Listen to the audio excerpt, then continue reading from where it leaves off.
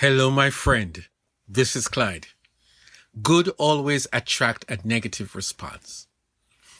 Acts 8 verses 1 through 3.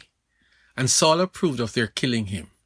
On that day a great persecution broke out against the church in Jerusalem, and all except the apostles were scattered throughout Judea and Samaria. Godly men buried Stephen and mourned deeply for him. But Saul began to destroy the church. Going from house to house, he dragged off both men and women and put them in prison. You see it in all spheres of life. Whenever there is a good movement, the response is going to be a negative response. Something or someone or some folks will get together to oppose this new thing.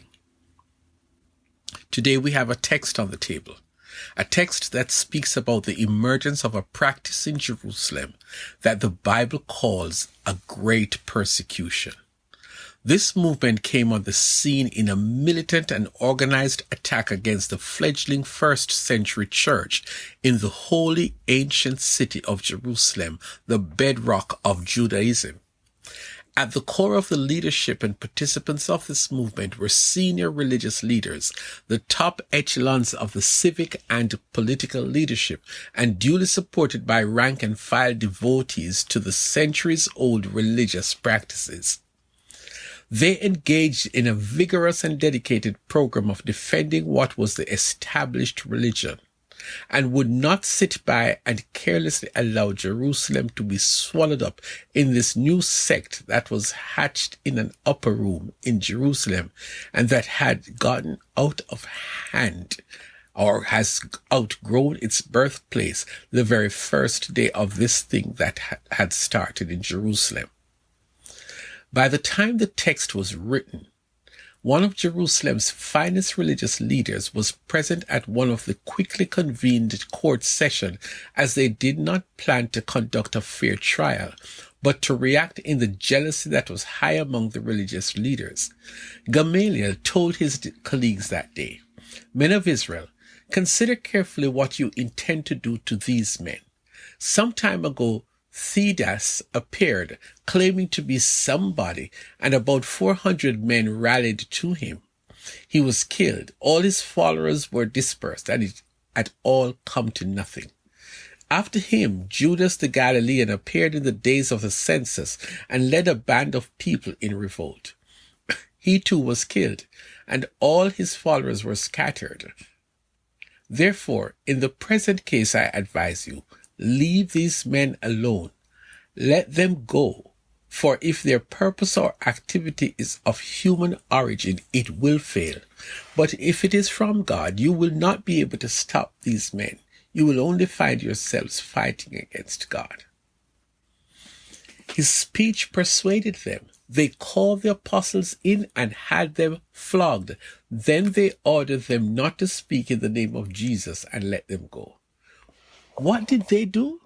They flogged the apostles. What for? And then released them with an admonition that they should not preach in the name of Jesus. This was the genesis of the persecution against the Christians. If you can silence the leaders, the apostles of this movement, then it is easy to dissolve this menacing movement. But may I suggest something? There would have been no persecution against the first century believers if the first century believers were not doing what they were doing. The persecution started because thousands and thousands of Jewish people were being converted to serving Jesus.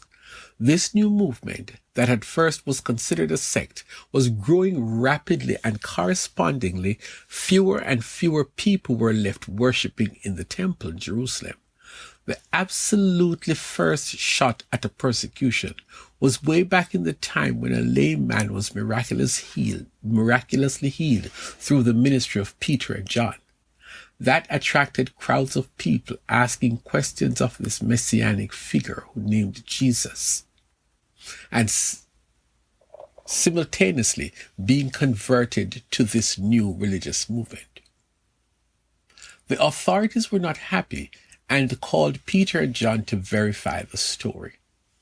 These two men spoke boldly before the council, and although they were charged to not preach in the name of Jesus, they continued with even greater zeal.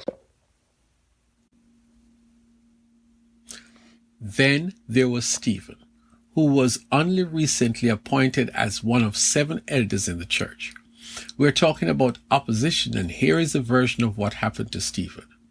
Now Stephen, a man full of God's grace and power, performed great wonders and signs among the people. Opposition arose, however, from members of the synagogue of the freedmen, Jews of Cyrene and Alexandria, as well as the province of Cilicia and Asia, who began to argue with Stephen.